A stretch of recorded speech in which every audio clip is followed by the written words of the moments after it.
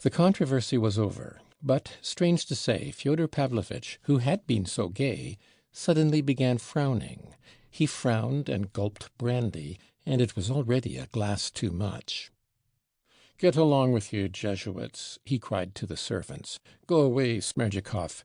I'll send you the gold piece I promised you today, but be off. Don't cry, Grigory. Go to Marfa. She'll comfort you and put you to bed. The rascals won't let us sit in peace after dinner," he snapped peevishly, as the servants promptly withdrew at his word.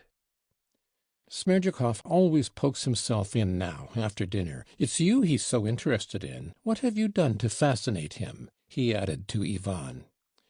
"Nothing whatever," answered Ivan. "He's pleased to have a high opinion of me. He's a lackey and a mean soul. Raw material for revolution, however, when the time comes." "For revolution?" "There will be others and better ones, but there will be some like him as well. His kind will come first, and better ones after." "And when will the time come?" "The rocket will go off and fizzle out, perhaps. The peasants are not very fond of listening to these soup-makers, so far." "Ah, brother, but a Balaam's ass like that thinks and thinks, and the devil knows where he gets to." "He's storing up ideas," said Ivan, smiling. "You see, I know he can't bear me, nor anyone else, even you, though you fancy that he has a high opinion of you. Worse still with Alyosha. He despises Alyosha. But he doesn't steal, that's one thing, and he's not a gossip. He holds his tongue, and doesn't wash our dirty linen in public. He makes capital fish pasties, too. But, damn him, is he worth talking about so much?" "Of course he isn't." "And as for the ideas he may be hatching, the Russian peasant, generally speaking, needs thrashing. That I've always maintained. Our peasants are swindlers and don't deserve to be pitied, and it's a good thing they're still flogged sometimes. Russia is rich in birches. If they destroyed the forests, it would be the ruin of Russia. I stand up for the clever people. We've left off thrashing the peasants, we've grown so clever, but they go on thrashing themselves, and a good thing too. For with what measure ye mete, it shall be measured to you again. Or how does it go? Anyhow, it will be measured. But Russia's all swinishness. My dear, if you only knew how I hate Russia. That is, not Russia, but all this vice. But maybe I mean Russia. Tout cela, c'est de la cochonnerie. Do you know what I like? I like wit." "You've had another glass. That's enough." "Wait a bit. I'll have one more, and then another, and then I'll stop. No, stay, you interrupted me. At Mokroe I was talking to an old man, and he told me, 'There's nothing we like so much as sentencing girls to be thrashed, and we always give the lads the job of thrashing them. And the girl he has thrashed today, the young man will ask in marriage tomorrow. So it quite suits the girls, too,' he said. There's a set of deçades for you. But it's clever, anyway. Shall we go over and have a look at it, eh? Alyosha, are you blushing? Don't be bashful, child. I'm sorry I didn't stay to dinner at the superior's and tell the monks about the girls at Mokroe. Alyosha, don't be angry that I offended your superior this morning. I lost my temper. If there is a God, if he exists, then of course I'm to blame, and I shall have to answer for it. But if there isn't a God at all, what do they deserve, your fathers? It's not enough to cut their heads off, for they keep back progress. Would you believe it, Ivan, that lacerates my sentiments? No, you don't believe it, as I see from your eyes. You believe what people say, that I'm nothing but a buffoon. Alyosha, do you believe that I'm nothing but a buffoon?" "No, I don't believe it." "And I believe you don't, and that you speak the truth. You look sincere, and you speak sincerely. But not Ivan. Ivan's supercilious. I'd make an end of your monks, though, all the same. I'd take all that mystic stuff and suppress it, once for all over Russia, so as to bring all the fools to reason. and the gold and the silver that would flow into the mint. But why suppress it? Asked Ivan. That truth may prevail. That's why. Well, if truth were to prevail, you know, you'd be the first to be robbed and suppressed. Ah, I dare say you're right. I'm an ass, burst out Fyodor Pavlovitch, striking himself lightly on the forehead. Well, your monastery may stand, then, Alyosha, if that's how it is, and we clever people will sit snug and enjoy our brandy. You know, Ivan, it must have been so ordained by the Almighty himself. Ivan, speak. Is there a God or not? Stay, speak the truth. Speak seriously. Why are you laughing again? I'm laughing that you should have made a clever remark just now about Smerdykov's belief in the existence of two saints who could move mountains. Why, am I like him now, then? Very much. Well, that shows I'm a Russian, too, and I have a Russian characteristic. And you may be caught in the same way, though you are a philosopher. Shall I catch you? What do you bet that I'll catch you tomorrow? Speak, all the same. Is there a God or not? Only be serious. I want you to be serious now. No, there is no God. Alyosha, is there a God? There is. Ivan, and is there immortality of some sort? Just a little? Just a tiny bit? There is no immortality either. None at all? None at all. There's absolute nothingness, then. Perhaps there's just something? Anything is better than nothing. Absolute nothingness. Alyosha, is there immortality? There is. God and immortality? God and immortality. In God is immortality. It's more likely Ivan's right. Good Lord, to think what faith, what force of all kinds man has lavished for nothing on that dream, and for how many thousand years. Who is it laughing at man? Ivan, for the last time, once for all, is there a God or not? I ask for the last time.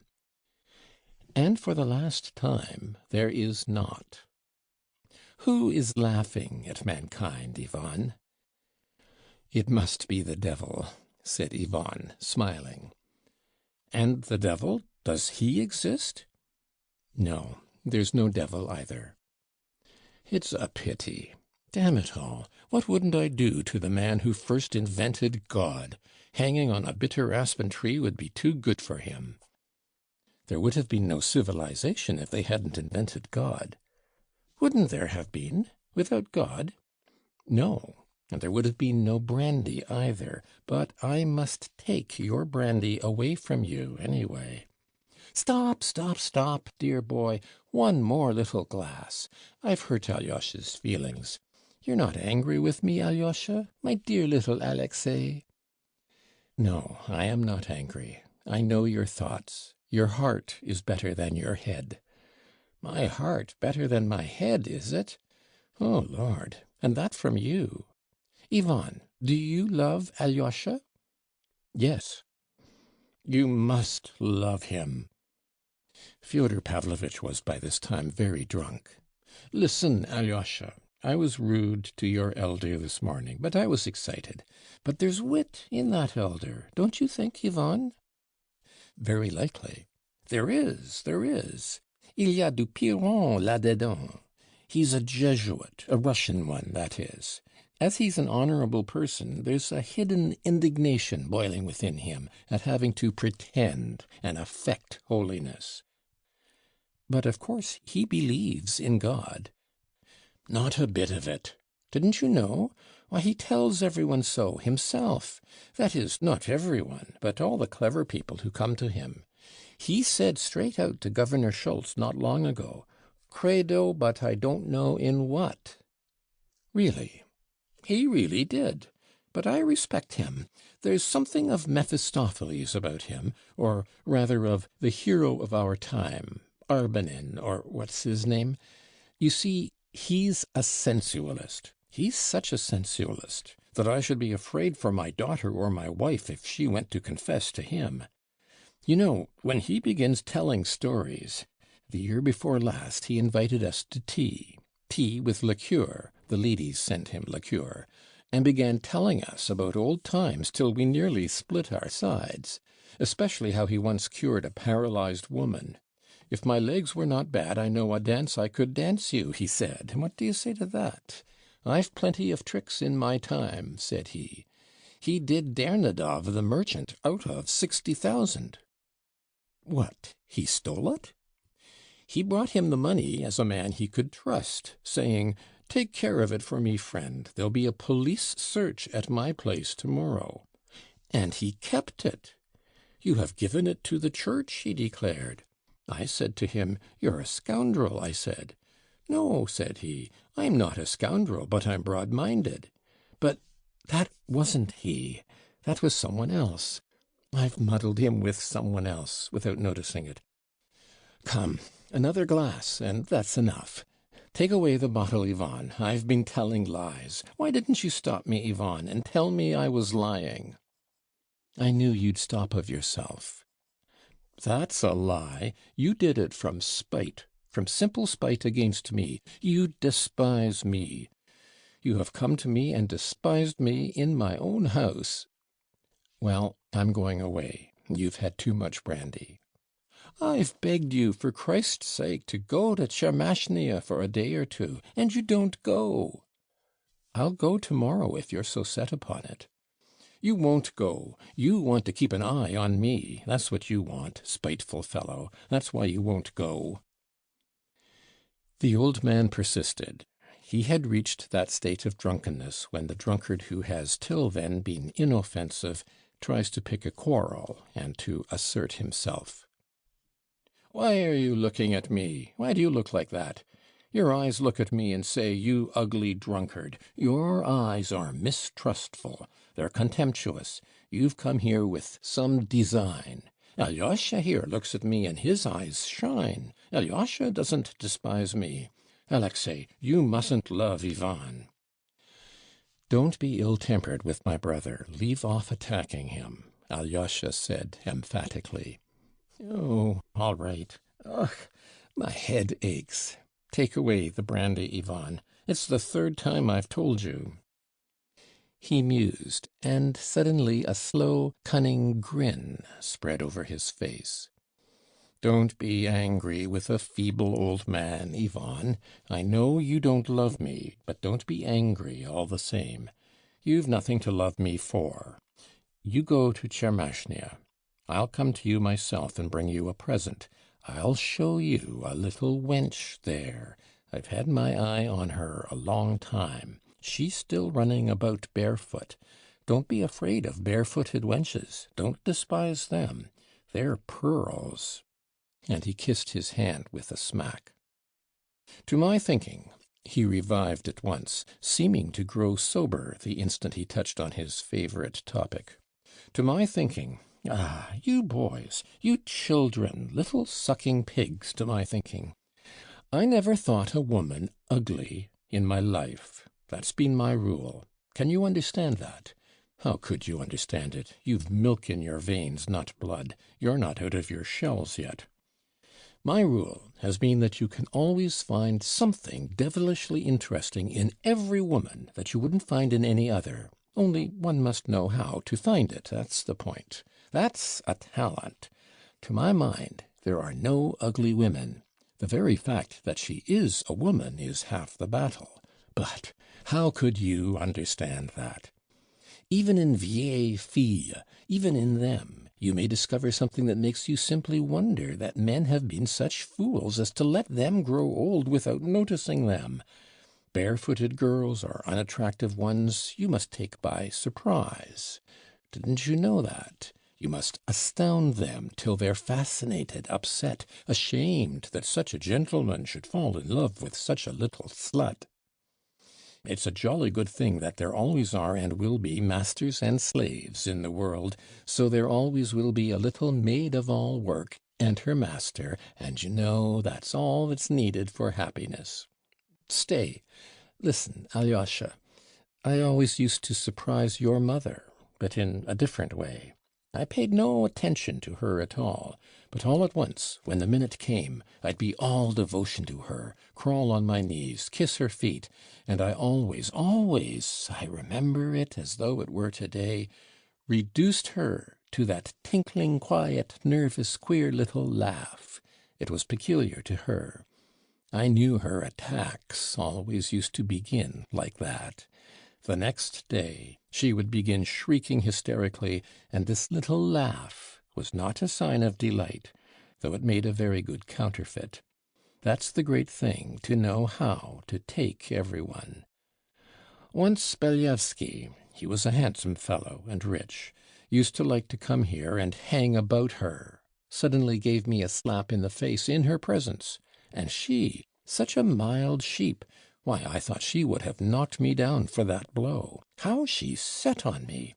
"You're beaten now," she said. "You've taken a blow from him. You have been trying to sell me to him," she said. "And how dared he strike you in my presence? Don't dare come near me again. Never, never. Run at once. Challenge him to a duel."